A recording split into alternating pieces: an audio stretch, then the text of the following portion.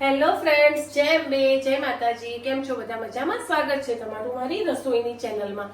આજે આપણે એક વાટકી સોજી અને 2 ડુંગળીથી હેલ્ધી અને ટેસ્ટી નાસ્તો બનાવીશું. એમાં થોડા બીજા મસાલા બી લઈશું, તો હું તમને આગળ બતાવું. તો પહેલા એનું ફિલિંગ તૈયાર કરીએ. ચલો, તો એના માટે 2 ડુંગળી અને કોથમીર સમારી લઈશું. તો એના માટે મસાલો તૈયાર કરીએ. તો મેં લીધું છે અડધી ચમચી જેટલું જીરું, અડધી ચમચી વરિયાળી, અડધી ચમચી ધાણા અને 1 ચમચી જેટલા સિંગદાણા. તો એને મસ્ત પહેલા શેકી લઈશું. શેકવાથી એની સ્મેલ બી સારી આવે અને અધકચરા ખાણીમાં વટાઈ બી જાય. તો આપણે એનો મસાલો પહેલા મસ્ત શેકીને તૈયાર કરી લઈએ. 1 મિનિટ લાગશે એને શેકતા. મસાલો શેકાઈ ગયો છે. હવે 1 ચમચી જેટલું અંદર આપણે ટોપરાનું છીણ એડ કરીશું.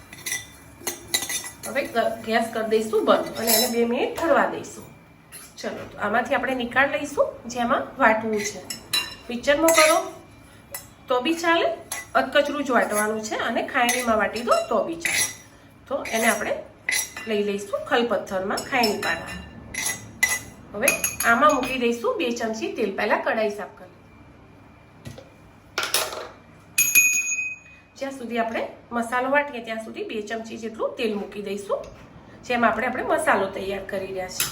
આની જગ્યાએ તમે બટર બી લઈ શકો છો. જે બી તેલ તમારા ઘરે વાપરતા હોય એ તેલ લઈ લેવાનું. તો ચલો, થોડું તેલ ગરમ થાય ત્યાં સુધી આપણો મસાલો વાટી લઈશું. મસાલો આપણે આવો દરદરો જ વાટવો હતો, એકદમ ઝીણો નહોતો કરવો. હવે જે તેલ મૂક્યું છે એમાં આપણે મસાલો એડ કરી દઈશું.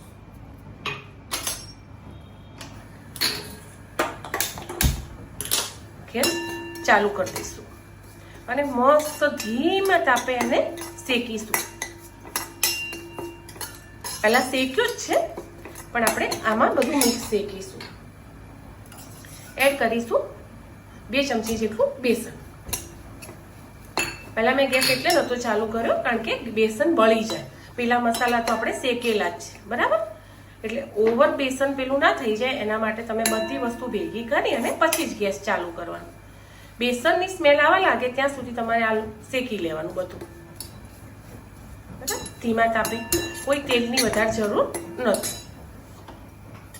હવે આપણે પ્રોપર આપણા બીજા મસાલા અંદર એડ કરીશું, જે તીખાશ પ્રમાણે તમારે જોઈતા હોય. એમાં મરચું નહીં લઈએ, ચીલી ફ્લેક્સ લઈશું. જે રીતે તમે તીખાશ ખાતા હોય એ રીતે એડ કરી લેવા. મીઠું ટેસ્ટ અનુસાર. જો આમાં તમારે ખાંડ અને ખટાશ બે લેવું હોય તો તમે લઈ શકો છો. મેં નથી લીધું કારણ કે ઘરમાં આપણે કોઈ ખાતું હોય, કોઈ ના ખાતું હોય.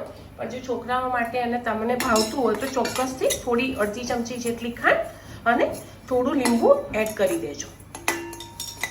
આ મસાલો બરાબર શેકાય, સ્મેલ આવવા લાગે ત્યારે અંદર ડુંગળી અને કોથમીર જે આપણે સમારીને રાખ્યું છે ને એ એડ કરીશું અને આને મસ્ત ધીમા તાપે ચડવા દઈશું. જ્યાં સુધી ડુંગળીની કચાશ પેલી ના થાય ત્યાં સુધી હલાય જવાનું, કારણ કે તેલ આપણે પ્રોપર ઓછું મૂક્યું છે. બને ત્યાં સુધી ઓછા તેલનો નાસ્તો બનાવીશું પણ ટેસ્ટી બનાવીશું. એટલે એને જોડે ઊભા રહીને શેકી જવા. મસાલો આપણો તૈયાર થઈ ગયો છે. જો તમે ડુંગળી ના ખાતા અને ડુંગળી ના ભાવતી હોય ને તો બાફેલું બટાકું, છીણ બટાકાનો લઈ શકો છો આ બનાવવા માટે. તો મેં એને ઠંડુ થવા ફિલિંગ નીકાળી લીધી છે. આમાં તમારે ઝીણી ઝીણી દ્રાક્ષ સૂકી નાખવી હોય, કાજુ નાખવા હોય, તમારી ચોઈસ પ્રમાણે તમે અમુક વસ્તુ ટેસ્ટ માટે એડ કરી શકો છો. ખાતા હોય, છોકરાઓને ખવડાવવું હોય અને ના ખાતા હોય તો. હવે આ જ બાઉલમાં આપણે 1 ગ્લાસ જેટલું,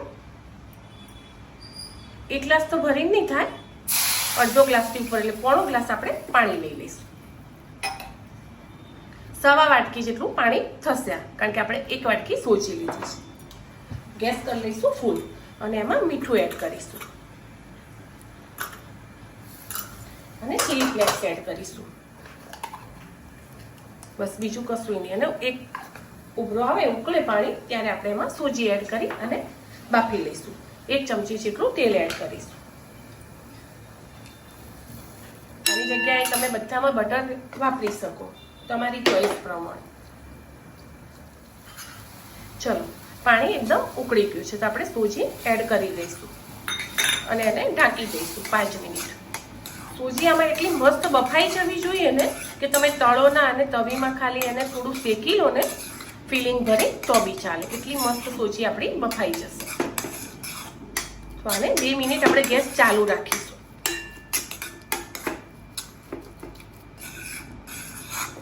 એકદમ બધું પાણી પી જશે. અવાજમાં પ્રોબ્લેમ હોય ફ્રેન્ડ તો સોરી, થોડું તબિયત એવી છે ને એટલે તમને અવાજ એવો લાગે છે. ચલો 5 મિનિટ તો નહીં પણ 2 મિનિટમાં તમને કીધું એ રીતે. હવે આપણે એને 5 મિનિટ ઢાંકી દઈશું. ગેસ 2 મિનિટ ચાલુ રાખવાનો, પણ ઢાંકીને એને મસ્ત સીજવા દઈશું 5 મિનિટ. ગેસ હવે કરી દઈશું બંધ. તો ચલો સૂજીને ઠંડી થવા માટે આપણે લઈ લઈશું. અને તળવા માટે તમારે જેમાં બી તળવું હોય એ વસ્તુ લઈ લેવાનું. તવી લો, કઢાઈ લો, તમને જે રીતે ફાવે. હવે આમાં આવશે વાત કે આપણે ફ્રાય કરવું, ડીપ ફ્રાય કરવું, સેલો ફ્રાય કરવું, તમારા ઉપર છે તમારે કઈ રીતે ખાવું. જે બી બનાવશો ફ્રેન્ડ ટેસ્ટી લાગશે. મેં સેલો ફ્રાય કરવાનું વિચાર્યું છે. એમાં બી જેટલું બને એટલું ઓછું તેલ મૂકીશ. પહેલા હું કરી લઈશ સોજીને મસ્ત લોટ જેવી સ્મૂથ.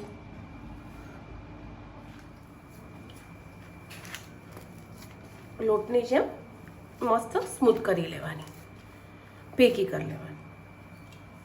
પછી આ રીતે નાના નાના લોયા કરી લેવાના, જે રીતે નાના મોટી તમારે બનાવવી હોય. બરાબર. હવે આમાં તમારે કોઈ બી શેપ આપી શકો તમે, જે બી આપવું હોય. તો ચલો ઓરસ્યોને બટર પેપર લઈ લઈએ આપણે. એના ઉપર આ રીતે મૂકી દેવાની અને વણવાની કંઈ જરૂર નથી. મસ્ત એને વાળી લેવાનું અને એક વાટકી કે ગ્લાસથી મસ્ત એને દબાઈ દેવાની. ભાખરી શેકવાનો ડટ્ટો લઈ લો તો બી ચાલે. બરાબર. આ રીતે આપણે એને મસ્ત પૂરી જેવી તમારે વણાઈ જશે. જાડા પતળી જે રીતે તમારે અને રાખવું હોય એ રીતે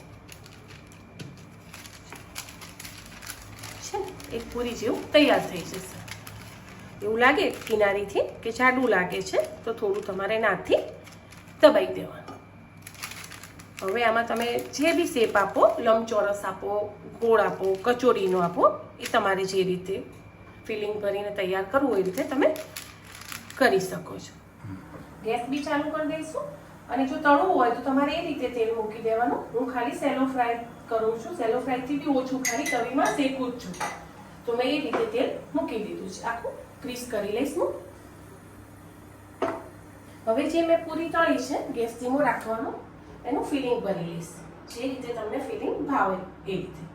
ઓવરની ભર દેવાનું કે ફાટી જાય, કારણ કે આપણે સોજીની પૂરી કરી વળી છે. હવે જે રીતે તમને લાગે કે તમે એને હેન્ડલ કરી શકશો, વાળી શકશો એ રીતે જ લેજો ફ્રેન્ડ. આ રીતે હું ભેગું કરી લઈશ. પહેલાં એની બે સાઈડ, સામસામેની સાઈડને ભેગું કરી લેવાનું અને પછી કરીશું આપણે બધી સાઈડો એની ભેગી. ફાટી જાય તો એ ટેન્શન નહીં કરવાનું. પછી બે હથેળીની મદદથી એને તમારે એક કચોરીનો શેપ આપી દેવાનો, નાની મિની કચોરી. આ રીતે. ઓકે.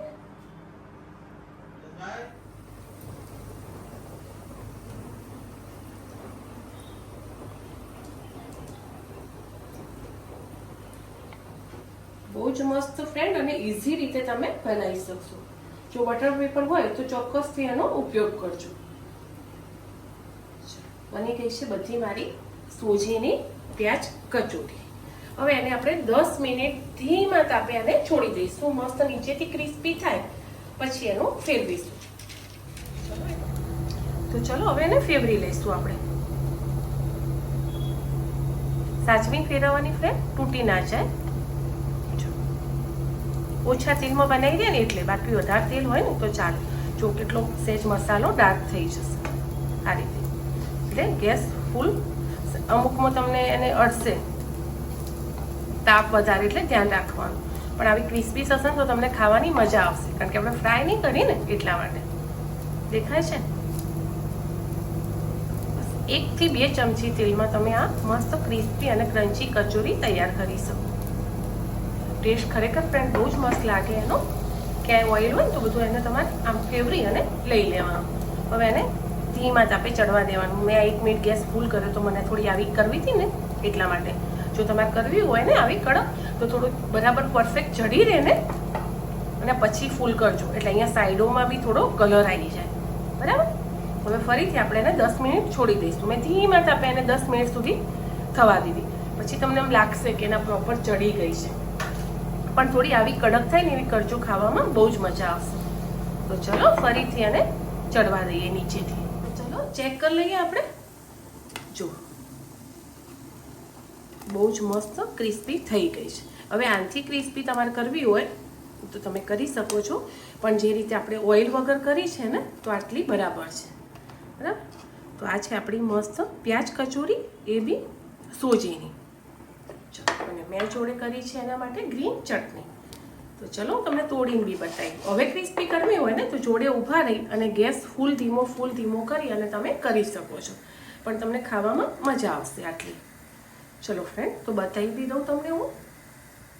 તો ચલો લઈ લઈએ ડીશમાં, જે રીતે તમને ફાવે એ રીતે. વચ્ચે લઈએ આપણે મસ્ત ફુદીનાની ગ્રીન ચટણી. સાચવી લેવાની, નહીં તો તૂટી જશે. ગરમી બી છે અને ગરમ બી છે ને. એકવાર તમે જો આ કચોરી ખાશો ને તો પછી ફ્રાય કચોરી ભૂલી જશો. અને હું તમને એક તોડીને બી બતાવી દઉં ફ્રેન્ડ. તો ચલો હું તમને બતાવું છું. અંદરથી પ્રોપર મસાલો આપણે દેખાય છે. અને ફ્રેન્ડ સોજી એટલે જ મેં પરફેક્ટ બાફી હતી કે તમારે, અને મસાલો બી ચડેલો છે મસ્ત. તો બનાવજો અને એન્જોય કરજો. બહુ જ મસ્ત બની છે. હવે તમને બહારથી ક્રિસ્પી અને અંદરથી સોફ્ટ ફ્રેન્ડ ખરેખર મજા આવી જશે. જેને તળેલું ના ખાવાનું હોય, ઘઉંનો લોટ ના ખાવો હોય, ચણાનો ના ખાવો હોય, તો એકવાર તમે ચોક્કસથી આ રેસીપીને ટ્રાય કરજો. મળીએ આગળના નવા બ્લોગ. બાય.